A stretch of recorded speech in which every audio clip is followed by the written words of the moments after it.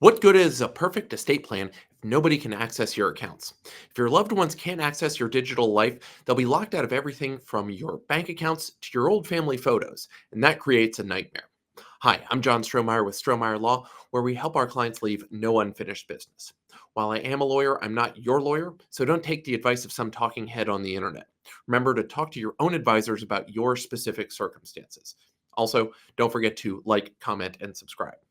Now, today we're going to be talking about password management and digital access, and how a lack of access to digital assets and a lack of digital asset planning can sabotage parts of your estate plan. This is going to fall under our frustration and delays horsemen of the estate planning apocalypse. Because without access to your online accounts, your family could be stuck dealing with unnecessary hurdles, delays, and digital dead ends. Now, if you imagine somebody passing away, most of us think, well, if they can access the bank accounts, that's going to be it. It'll be easy. Look, I log into my phone all day, every day. It should be easy for them to get into it, right? Well, no. Many of our probate clients will come to us saying, well, we've got dad's phone, we've got dad's laptop. We just can't get into it. Can you help us with that? The reality is, no, we can't. And without having something in place for people to get inside those accounts, that may be the end of it. Look, a lot of us have gone paperless over the years. And as a result, banks, bills, investment statements, even family photos are locked behind passwords.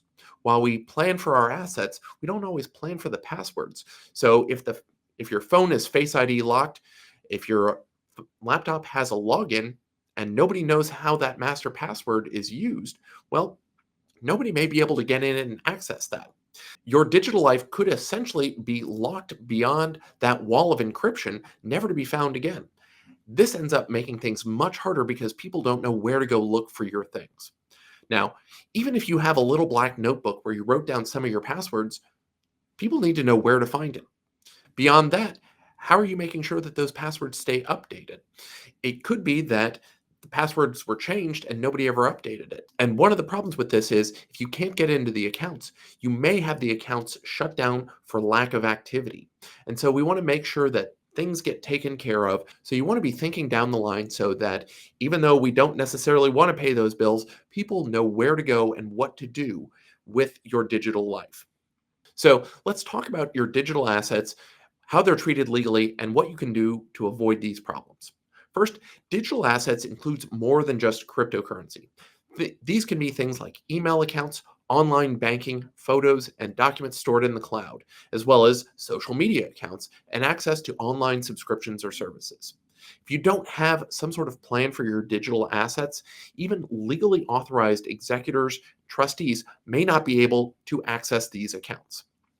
Now, there are federal laws like the Computer Fraud and Abuse Act and state versions of RUFADA, the Revised Uniform Fiduciary Access to Digital Assets Act, that can restrict your access to this unless you've been explicitly authorized to do so in estate planning documents.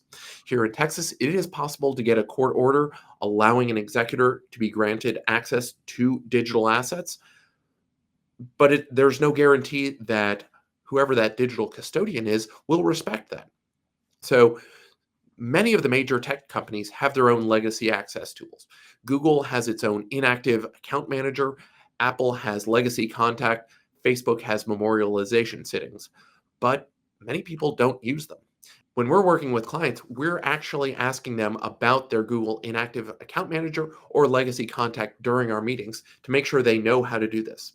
It's rare that we encounter clients who have actually done this. Now, what if you just use a physical password notebook? You can. It's better than keeping it all in your head, because if something happens to your head, obviously those passwords are all gone. But with a notebook, we still have risks.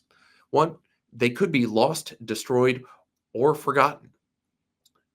Additionally, if somebody finds it, well, then you've got a security risk because anybody who's come across your password notebook has access to all of your passwords.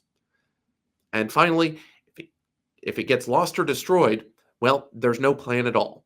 So, what do we like seeing? I like seeing clients who use a secured password manager. An easy first step is either using Chrome or Apple's passwords. Why?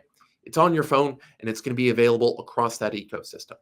The problem is it's not going to be available necessarily across all ecosystems. So, moving up to a paid digital password manager would be a great way to make things a little better because you're ensuring that there is cross-platform utilization for those passwords. Regardless of which password manager you use, the benefits are multiple. First, those password managers will generate random passwords for you. So it's not the same combination of kids' names, birth dates, and pets' names that I find a lot of clients use to generate the same password. Because they're randomly generated, you're also not going to have the same password for each account.